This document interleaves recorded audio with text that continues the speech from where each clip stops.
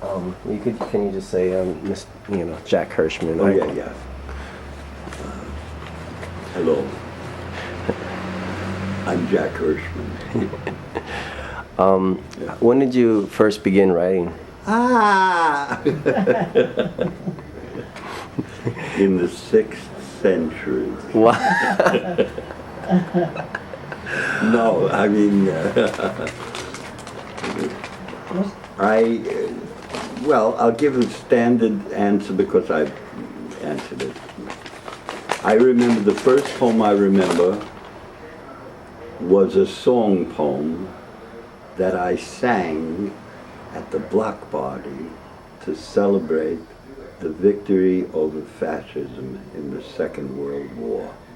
The block party was organized by my father, Steve, or Shep Hirschman, and there were block parties. People celebrated the end of the war.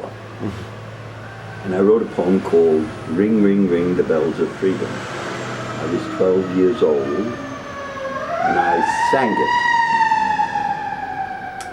at that block party. And then I don't remember much of vis-a-vis poetry until I was until 4 or 5 years later. I'm sure there was some other activity, but really basically at the time that I started going to college or end of high school. There was a poem. I remember being in an oratorical contest when I was about 12, same year. And I remember reading Gungadin. And I didn't win the contest, but I remember that that's a terrific poem, and by Rudyard Kipling. So your father did he have influence on you to becoming My father was a writer. He wrote for a newsletter of the Knights of Pythias, a large organization that he belonged to.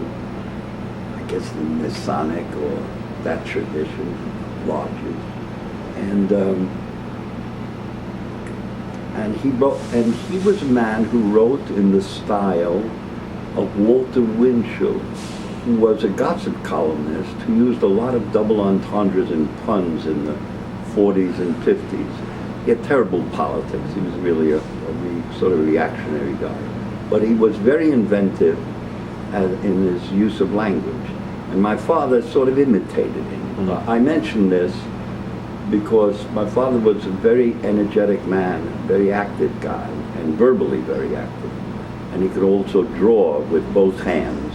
Mm-hmm. He was a very creative guy in many respects. But his writing that way led me ultimately to James Joyce, because in my early studies when I was in the academy, I studied Finnegan's Wake, no less, and it was based on puns. The language is based on puns. But the reason was that I had an experience with a lot of puns through my father's sort of imitations of Walter Winchell. Mm. And so I loved the world of puns, and I still do. So,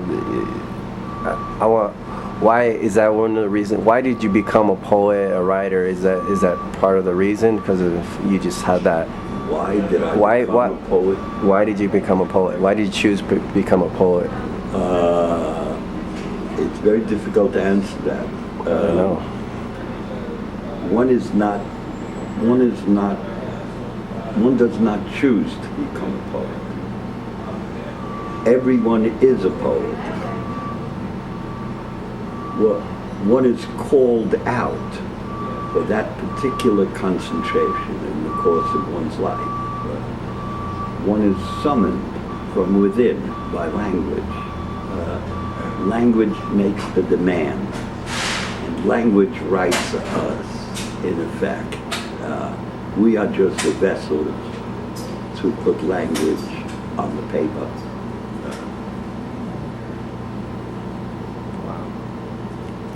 Wow. Very good, very good. I get the high sign from your mama. She's giving high sign. She liked what I just said. That was deep. That might be over a lot of people's heads right there. You know. You know, that was it's really good. Who would you say is your favorite poet? Minus, of course not yourself, but like who do you, living and then dead? All right. It's sort of complicated because poetry, I've always been close to the European tradition, even as an American, when I was young. And there was a lot going on in America in the 50s and 60s especially, poetically. Let me give you a little rundown of whom I loved first, okay? When I was a teenager, I really loved Ernest Hemingway's writings. But it wasn't only because I loved Hemingway's writings as a prose writer. He was a great poet, indeed, as a prose writer. He was a master. But I ran across, ironically enough, a work called Active Anthology that was edited by Ezra Pound, who was a friend of Hemingway, though he became a fascist, the very opposite of Hemingway. And Pound edited the Active Anthology in 1931, and in it he used poems of Hemingway. And Hemingway had been in Italy after the First World War, and he saw the oncoming thing of Mussolini, and he wrote anti-fascist poems. And I really was taken by those anti-fascist poems. He wrote a couple of really anti-fascist poems. And none of the other so-called lost generation of that Parisian exile, none of them really did write so directly against fascism. They were enjoying their booze and whatever else was going on the left bank.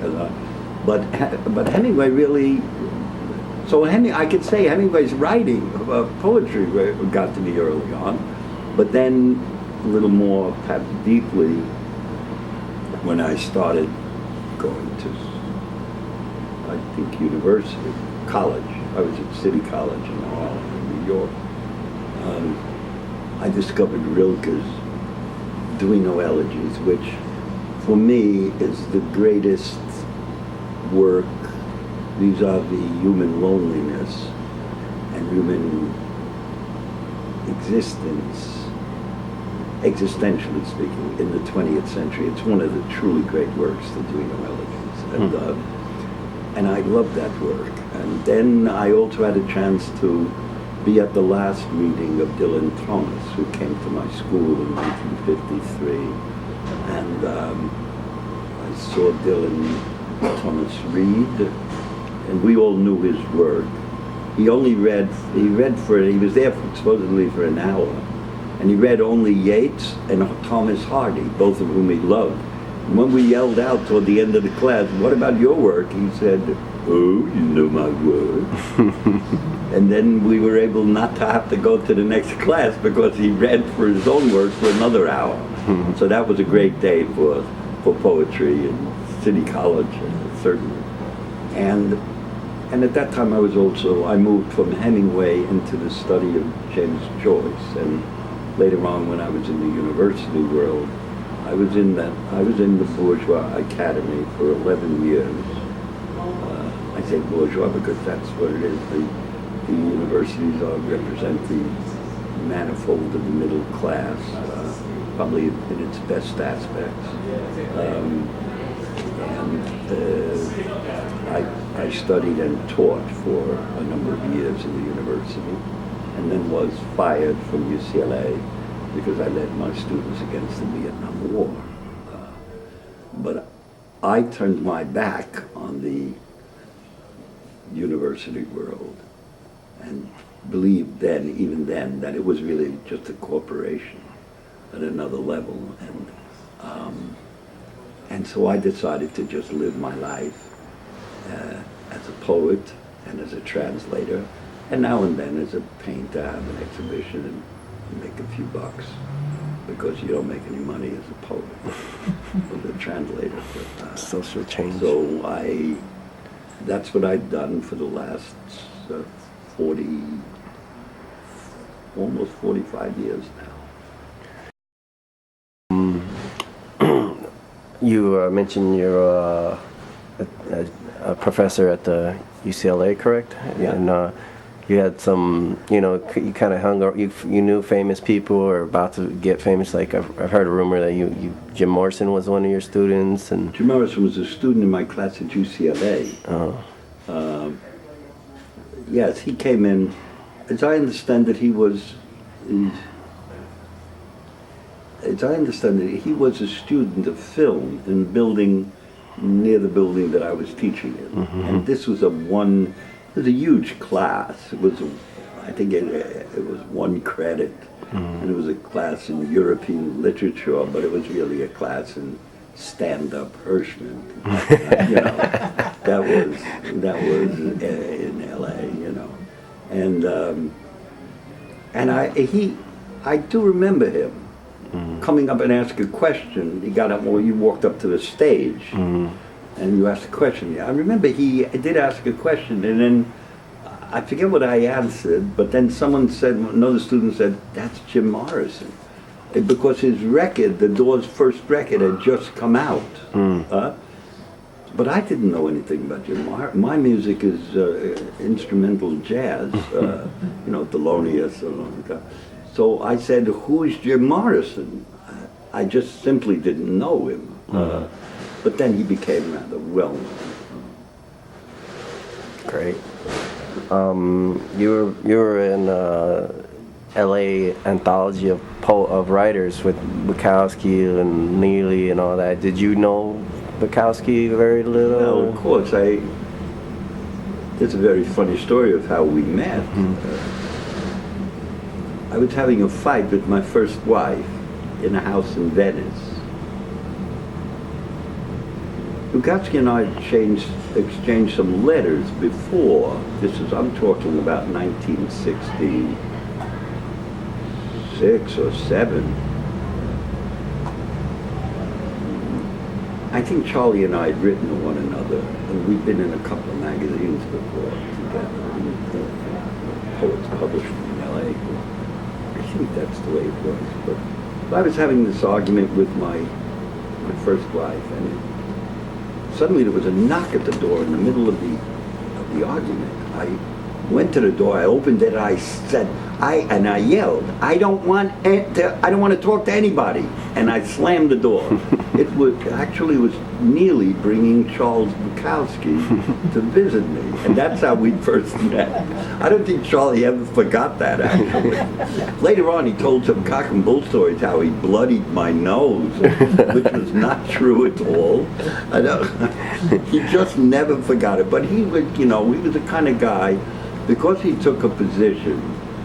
Charlie took a position that he was more alone, more writing alone than any group of beatniks or any, and he took a position of a kind of superiority from the aloneness of himself, and he always carried that with him along with his ambitions and other things, and he had that ability to project, even to intimidate some people, actually, with a kind of literary superiority, because he was the most alone. He was more alone than William Burroughs, because William Burroughs always had a gang of guys around, that kind of. And Bukowski knew women, but it wasn't just a matter of his. I'm not speaking here of heterosexuality or homosexuality. He had a particular kind of disposition relating to the writer writing alone. This was a big thing in Charlie, I believe. You can double on that. Yeah. He had that. Anyway, yeah, so that was the first time we met, and then he would call up. He would call up late at night, and I'd say, "Charlie, well, hello, Jack. Jack, come and get me." I said, where are you, Charlie? He said, I'm at First and Figaro or something now. I said, Charlie, I'm not coming. It's midnight. But really, then he would ask, are you sitting at home by the fire with that beautiful wife of yours? It was really my wife, but it was. The reason was she objectively did not like his writing. There was a coarseness for her, or something. Charlie could be raunchy and even vulgar at times. And Ruth did not like that. And she was the head of KPFK. And she did not ask him to come and read on the program. And so he was trying to get, not merely into our pants probably, but also he wanted to get on the radio station. That was the ultimate thing with Charlie. And then I remember when we first met, Linda. Charlie brought Linda. And the I King. think you had just begun your relation, or you've been into it for a bit. So that, it was an event in either Coldwater Canyon or Laurel Canyon. It was kind of a big sunken living room, and it was for Kenneth Patchen. It was a reading for Kenneth Patchen. I don't know if Miriam was there, his wife. I'm confused on this because I know Linda was there and Charlie. I don't know if Miriam, his widow, Kenneth's widow, was there. But I'm confusing him because she later became a good friend up here in Northern California. We did readings on more than one occasion. Cool. Oh, okay. I thought you were gonna say some crazy story that they've gotten a big fight or something. That's what I was. Did we get in a fight then? Yeah, I don't know. Bukowski and Kate, Linda. And, No, I was dancing probably, but maybe. I don't know. I might have. Your mama was a double stunner. Let me tell you, your mama was a double stunner. She was the one gal that could give Bukowski his comeuppance, and not only, also as a writer too. She wrote a terrific book about him. He was a very possessing guy, and although I must say, if you read what he wrote about her, she's a very possessing gal. Because he really wrote some terrific love poems to her. Is there do you find any I know you're a social activist, and is there somebody like alive right now is like you inspired by spiritually or activated? Let me tell you something. When it comes to what you say, social activism in poetry, at a certain point, if you're down in LA, when you're down in LA, you're a poet, capital P, that's a thing, because you're in a sort of, geographically you're in an automobile graveyard. That's also happens to be the future of the way the world looks like it's going. And when I got up here and I became involved with the workers' movement, I realized that the capital P for poet didn't mean very much to me. And I really saw myself, and still do, as a cultural worker. Now when you're a cultural worker, like for example, there's a couple of young poets that are part of this Revolutionary Poets Brigade that we formed here in San Francisco. We just had a beautiful event. Just 2 days ago, we raised $1,000 in our little kaleidoscope gallery, $1,000 for Chile. And poets read, and it was really quite wonderful, really quite wonderful. And there's a couple of poets that are part of the brigade. One is named Chrissy Moore. She writes in Street Sheet. They publish her work, and the People's Tribune. And Dee Allen, a younger poet also. Both of those poets are social. They write about socially active situations, issues, they are equal. They're equal to me. I mean, I'm older than them. They're younger. But their work, that's what's important in the future, the work of these young poets. And there are many of them all over. It's not a matter of big famous names. That belongs to a certain history of myself. Mm-hmm. But it's the young ones that are writing and engaging in the issues of the time. That's really what's important to me. Wow. Really what's important. That's why, for example, I have tonight I have a reading at the North Beach Library. It's not my reading. It's a reading of the 3 poets that I've selected as part of Poets 11, the citywide 11 districts in San Francisco. Citywide library readings. They occur every year, part of the work of the Friends of the San Francisco Library, for whom I work. I'm the poet in residence there. That's what happened to me after the poet laureate. And the Friends took me on. They wanted to continue Poets 11, and they wanted to continue what also I inaugurated, the International Poetry Festival. So Poets 11 is to, the submissions come from the people of San Francisco and all of the districts. And there were a lot of people that put in poems. There were more than 255 poems, each one 3 poems. That's a lot of poems to read also, but in the 11 districts. And so from that, and I must tell you, there are poets being born of that. For example, there's a poet who read last year, the last one, and who, the work was so good that I saw to it that it's going to be published. It's being published of July of this year. This poet's name is Adja Kushwaz Duncan, and she wrote a book that integrates the American language with the Ojibwe, Native American language. I've never seen that done in a series of poems. It's a series of 26 alphabetic poems. Each one begins with a letter of the alphabet. But the integration of the Ojibwe language, which thousands of people still use as a second language in this country, and the American language, I mean, that's terrific. It deserves to be published, and she's a very sophisticated writer too.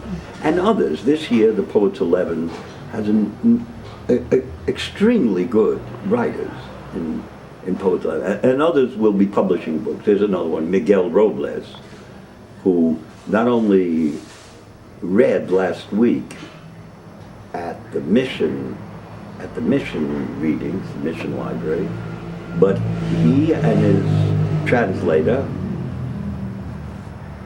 Virginia Bartlett, came to the event for Chile. He writes in Spanish, and they read. We put them on the bill, and it was quite good. Let me ask you, it's a little bit. You talk about fame a little bit. You're famous, but Charlie Hank became, famous. Super what he famous. wanted. He wanted. That was Charlie his, wanted. Charlie was very ambitious for fame. Yeah. It was a driving force behind all of that lonely writing in the midst of Hollywood. I mean, don't forget, he wrote On the Long Break. he wrote 2 or 3 blocks from Sunset Boulevard, right? Or Hollywood Boulevard. Yeah. So he was very conscious of it being an urban guy. Couldn't help but be. Yeah. But fame in general, do you think it, like, his writing, did it change when he got more famous, or does you think it kind of like is like almost a curse for some writers? You want me to give you what I think? Yes. Look, it's very hard for someone to write 2 good books in this country.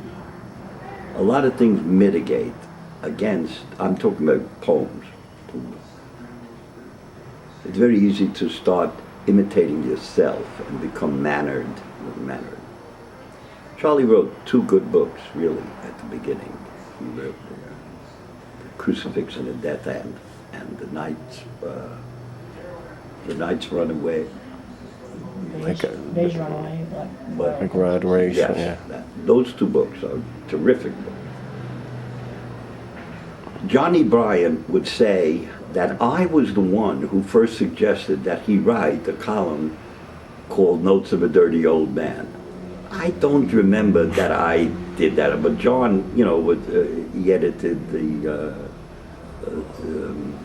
newspaper, the Open City. Yeah, Open City.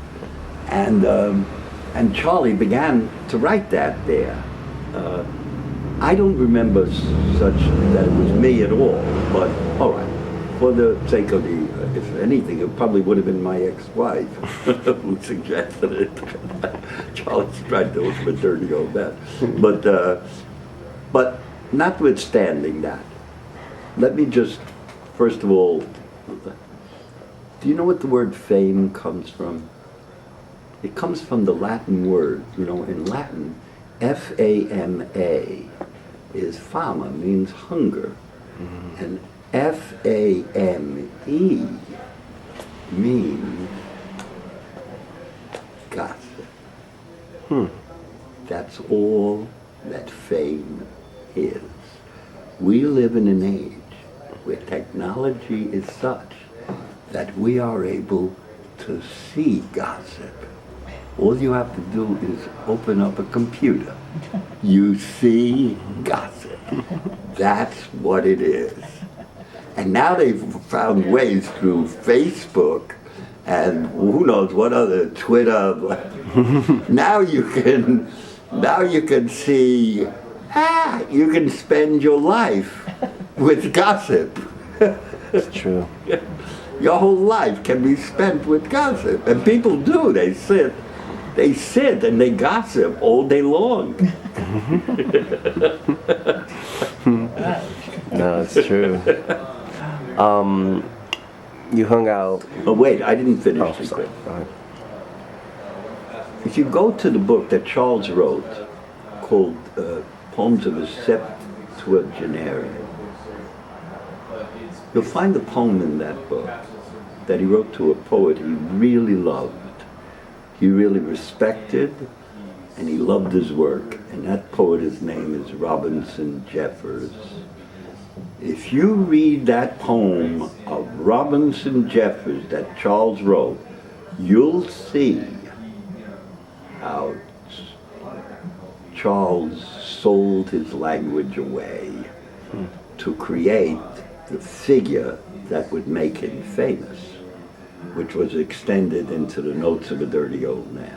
Because he gave up a dimension of language that was very, very powerful, and was in those first two books.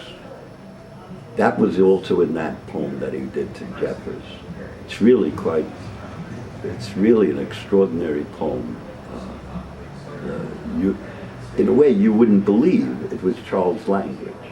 You have that. I wonder if the book is here. Yeah, it's probably back there. We could find it I later. didn't even read it. It's an extraordinary poem. What about the It's needle? 15 minutes. We got our chronometer. You got a what? We got our chronometer, but we have 15 minutes. I've been. You got 15 minutes? Been watching. You on the car? No, I just gotta put more money in then. Oh, okay. 14 is this minutes. going all right? This is great. It's wonderful. It's wonderful. Correct me if I exaggerate or diminish too much. I don't know how to correct you, Jack. It's great. Quiet, your son's here.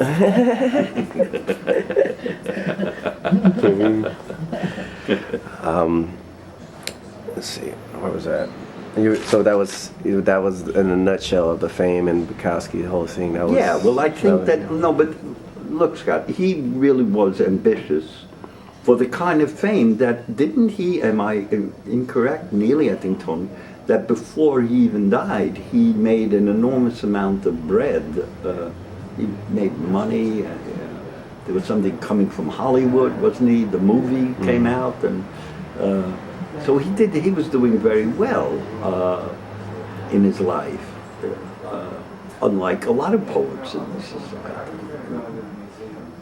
So Charlie, he worked, and you know, he still do. He obviously wrote an enormous amount.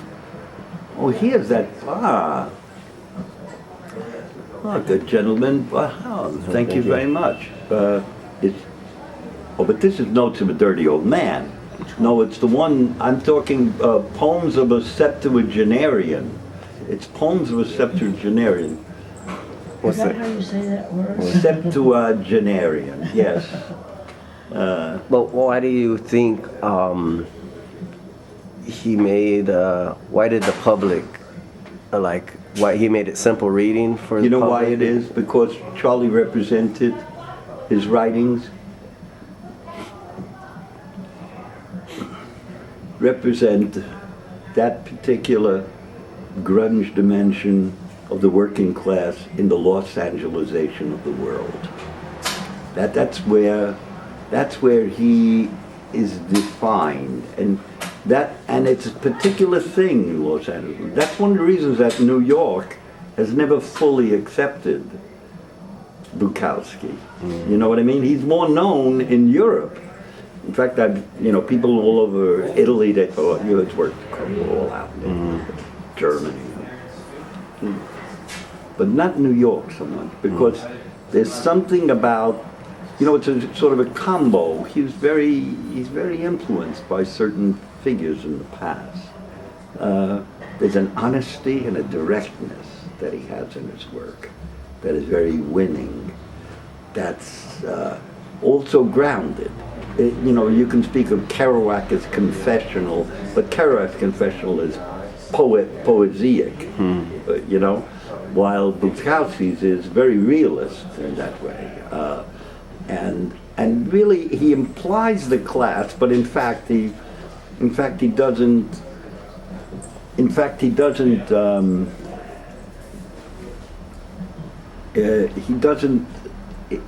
one could hardly say that he's I've heard people say he's a spokesman for the working class because he worked in the post office. But in actual fact, what he says about the working class is often very deformed. If it's the working class, it's a very deformed working class. But I want to do this. All right? Where's that poem of Robinson Jeffers? Let me see where it is. This is Septuagenarian. Yeah. Jeffers. There it is. 177. I'll read Charlie. I'll poem to Charlie. 177. 177. If this is the poem, I think it is.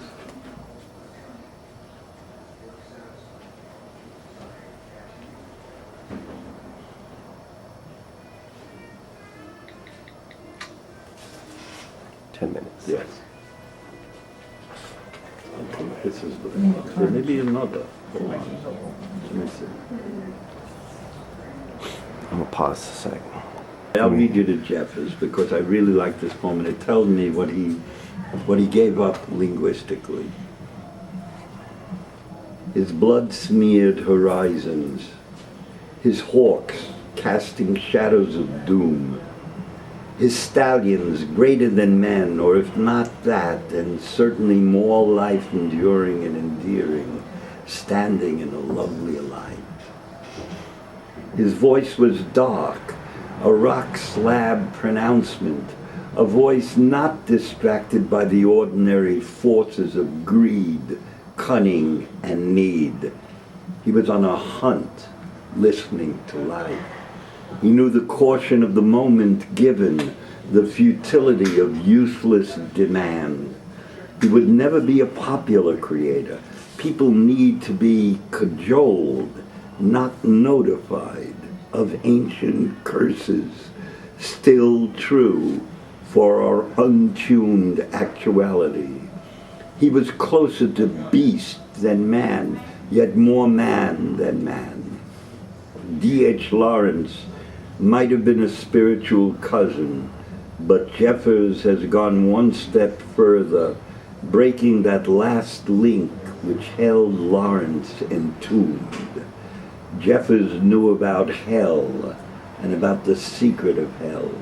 It could be now or it could be later, but hell or no, he positioned the moment, accepted that swoop of eternal pain, the way we go curiously on within this horrible fix. Jeffers, through the side of a mountain, Jeffers, angry at the sun, his gigantic crushed earth bellows against dumb time. Now that's a terrific poem. And it is, isn't it? A terrific poem of use of language, a bringing forth of a full resonance of philosophy and identity with the poet other. And there I feel Charles, he gave up a lot of that language and that full resonance in a lot of the other stuff he wrote. And the other stuff, there was, you know, he was driven by an ambition to be famous, and he also then took on the terrible burden of making a character which was a sort of a parody of himself in a kind of way, and that brought him the fame he needed or he wanted. But it's poems like that really, for me, mean Bukowski at the best. Excellent. Really good. Thank you. Nowadays, we have such, you know, the fame thing with the idolization is such as, like, you know, people like Tiger Woods or Michael Jordan or anybody, the president, and, you know, Bill Clinton, and then they get caught in some scandal or something like that. And I mean, do you think there's is there like a real kind of like hero out there for like young people to look up to? Young people are themselves the heroes. Yeah. They are themselves the heroes. The matter is, it's look. When I see a little child, I'm 76 years old. When I see a little child, what am I looking at? I'm looking at the palpable future. It's objective.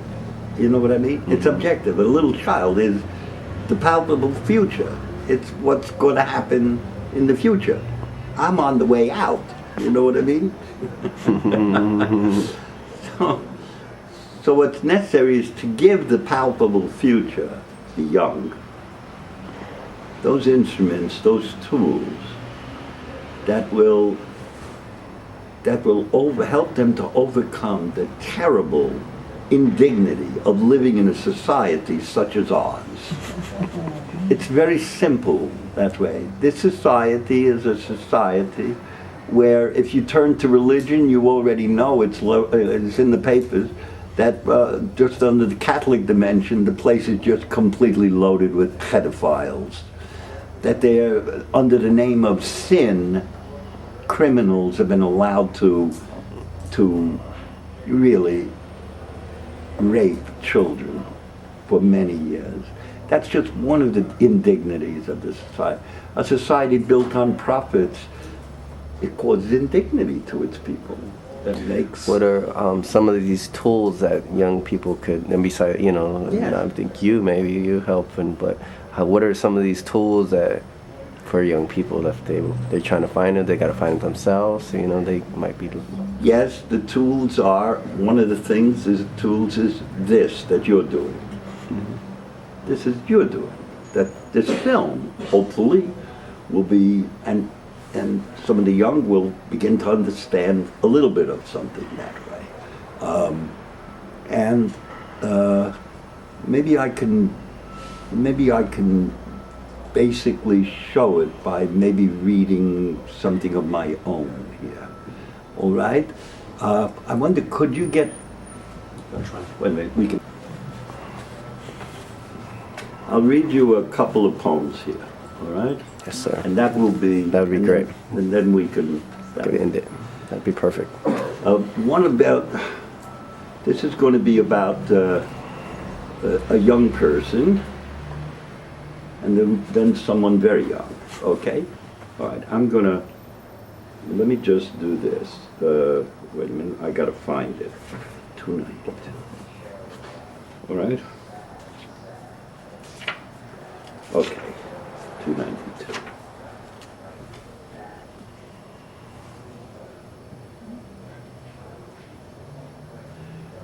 The Graffiti Arcane for Kenneth Huerta. I should say this.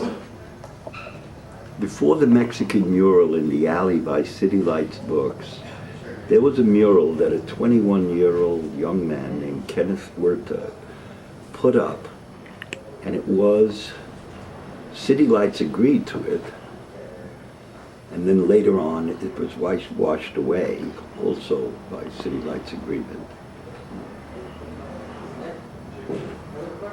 It was a huge work of Baudelaire,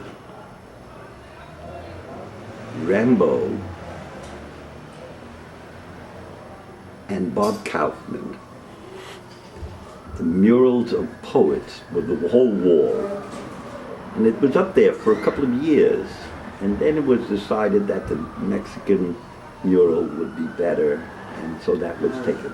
It was ironic because Kenneth is Mexican-American, and he was a terrific one. I must tell you this about it.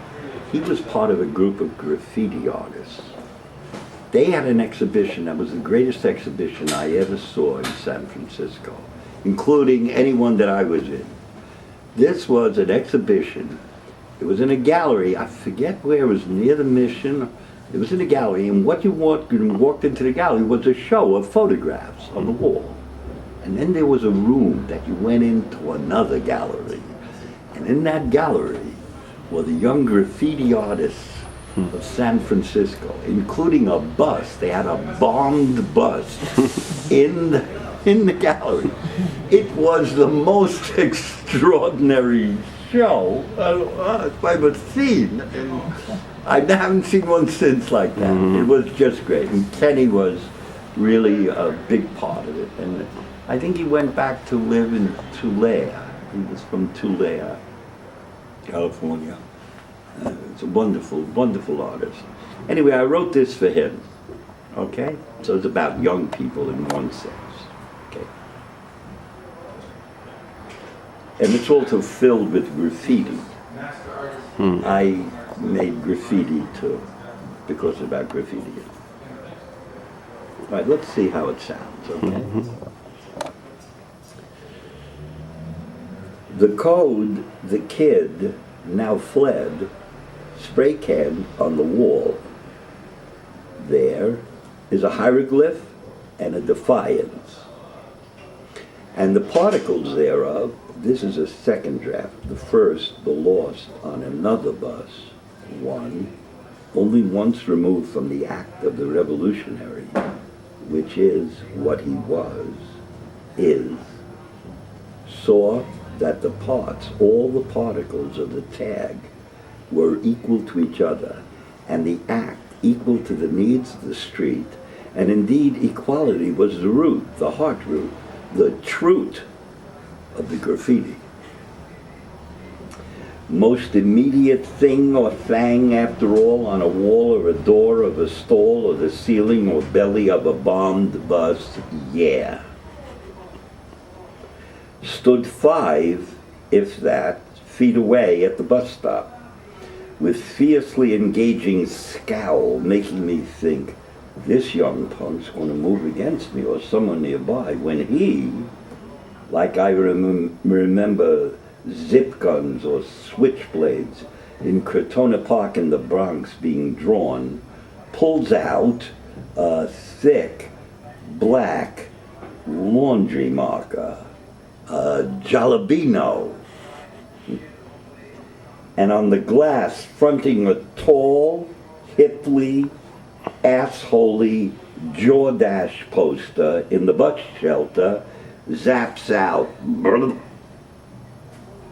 then heads up Chinatown Hill for the next one or wall. There are those who read wisdoms directly off such defacements. Deface meant to be read not as some ordinary fuck you America, because the tagger's identity isn't known, is absolutely not to be known in the purest sense. Yet the act is what future means when there's nothing, and chaos is okay with us, when the condom's over our head and it's sick, but our arms are flailing with suffocation, when human dog shows abound and free competition and struggles for existence simply reaffirm the animal kingdom as normal. So let's target, bomb, and split, and let no face, no who, affirm the process itself. Let's read them like Thompson did off the Mayan stelae, or Kircher off the obelisks, or the way W.B. put Hebrew letters out on stones or walls. For the newest, freshest, most vanguard thing, once galleried, money stamped, commodified, ceases being the immediate need the street is in a wet studio, ceases relating with the directness of the smile of a glyph. It's an art one flight up, the gallery art. Even in a storefront, it's one flight up.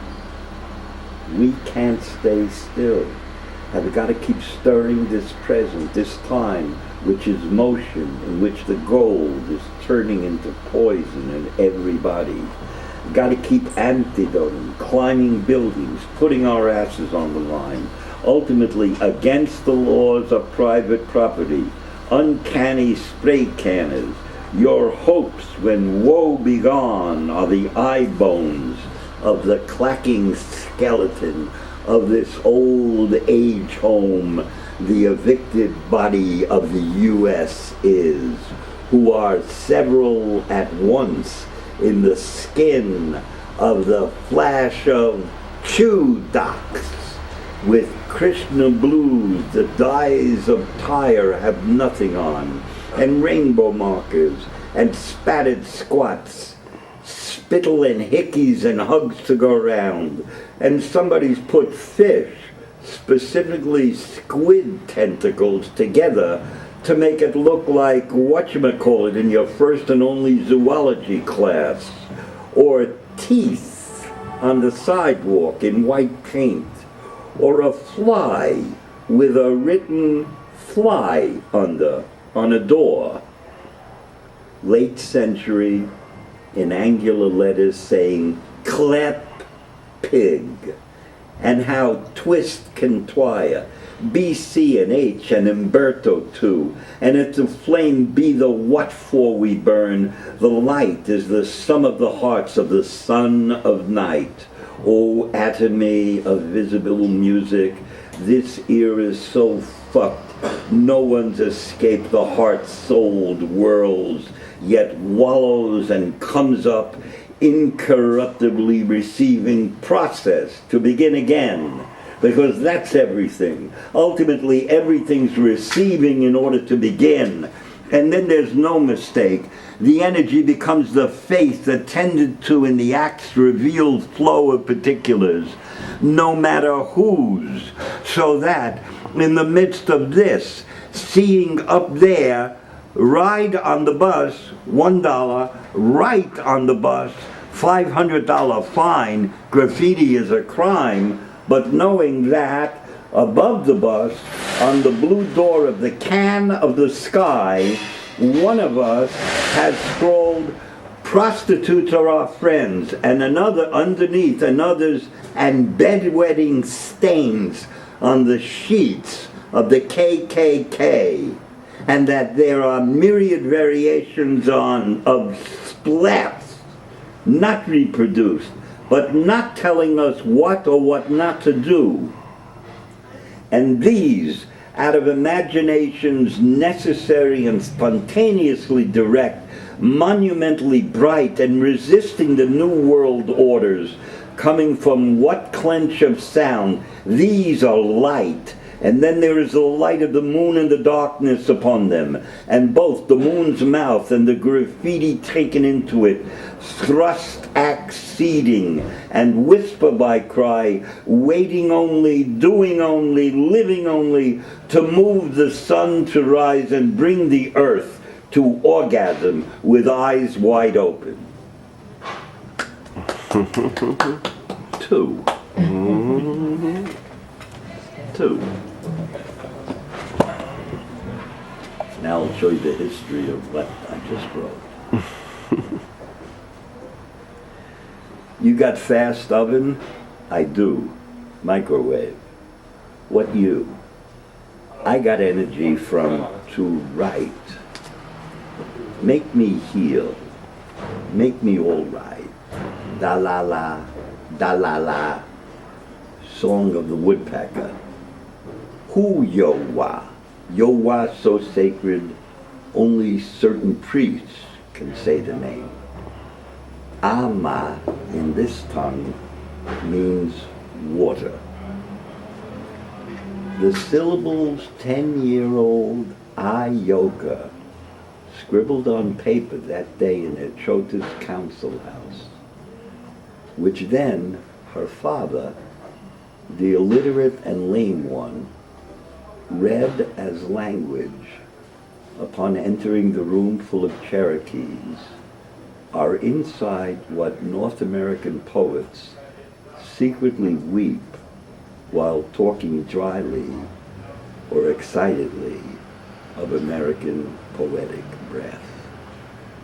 That syllabary as ground for the past 170 years, and syllabic preoccupations as translations of Sequoia's belief there was a language could unify the scattered, as later another giant dreamt that we would all write very shortly in a language which was, I remember the word was, international.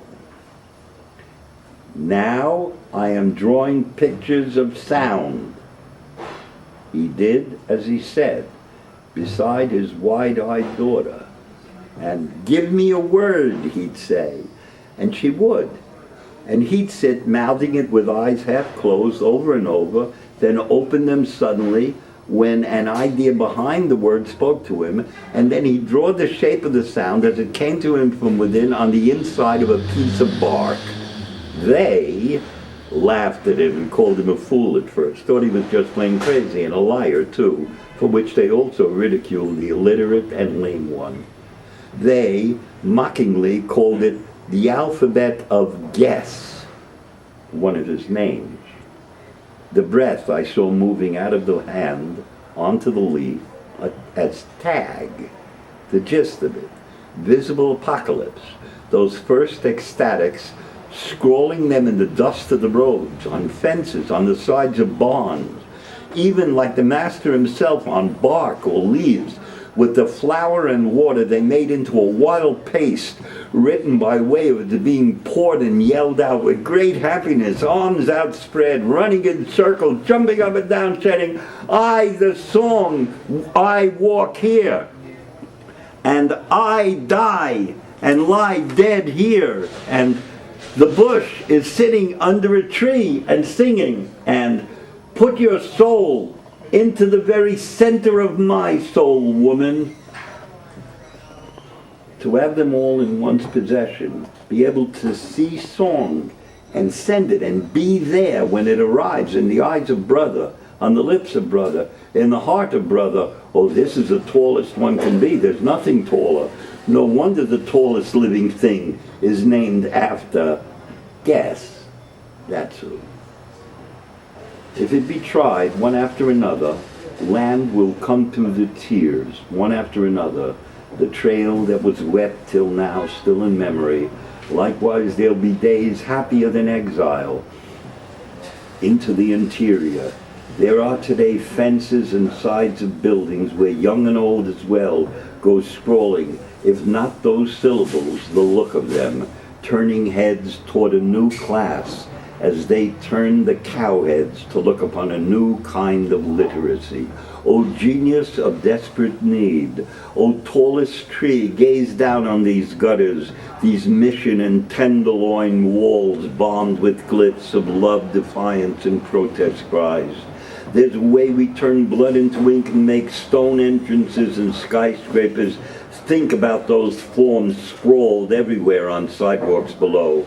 In this common war on many fronts, humble to the syllable, the concentration in the midst of massing forces is the bud, the seeding seminar, in that we pull together for life, never for death, though death can be read in the eyes and shabbinesses of the hand to mouth on this meat hunk the money maggots control, hanging between Canada and Mexico, drubbing the young with rotting voids each day, turning hope into cash trash, streets into sleazewalk, flesh into fallow crypts, hand out IOUs, the yawn and yawn again of old dirty raining ink falling from the lying papers onto human pleas. We can't go back. The bridge is gone. Write on, but a writing driven by where writing really comes from. Nift, coo-wee, squee, teeth claim, oh ounce foe, you fruck, keat, rib, heim, neuro, street mouth running off the end of its slang rips, hips, hops, got me down, pinned me to sound all around, the floundering flounders slapping me, yapping, clapping me, doping, moping, roping me in tow. Act like it means, and do like it's a no-do-ho with goddamn nothing to lose but liberty. That's what my schizzazz is at the end of the felt marker or the shoe polish bottle loaded with industrial ink in the heart of these cities of graffito. That's what my zibbles are about, and my scales high up the ladder of the throat cry, way over the city on the roof, bombing like crazy, to goof like ask yourself who runs things or be one who gives a fuck not, like necessary to mean a tag of a gat against one world under gat. And so there's a rabadab yat of the interfrick skiabo of zook, which is what spills out naturally cool, claiming anything it finds itself on. That's what we are, expropriators of the expropriators, the takers back of the takers of the took, the people's motley public property crew. Tagged a hunk of wall and lifted it off its feet, beat down the doors of the new prisons with it and let everybody out. Youth, do that. Youth, do. Yeah. We're going to make something else out of this world of nuts of nothing, bolted every which way we turn and symbolized by a screw. We're going to, weave the scandal of living vandals amid dead dialects of tribes corrupted by the snide and cynic buck at the bottom of the bucket called fuck it. Red Panther, we have just come to make a radiant shadow, swinging our weapons, gonna redo with a big red, oh, we're gonna put revolution back in. No I, too, lover, no it, you, lover. Do you tag talk, ne'er-do-well? You bet, until off the wall, bombed to bits of true, and crying out, lead. Way to go. All right, that's my poem. I don't need to read the other one. That's a good one. That was really great. Yeah, that's really good. All right? That was excellent.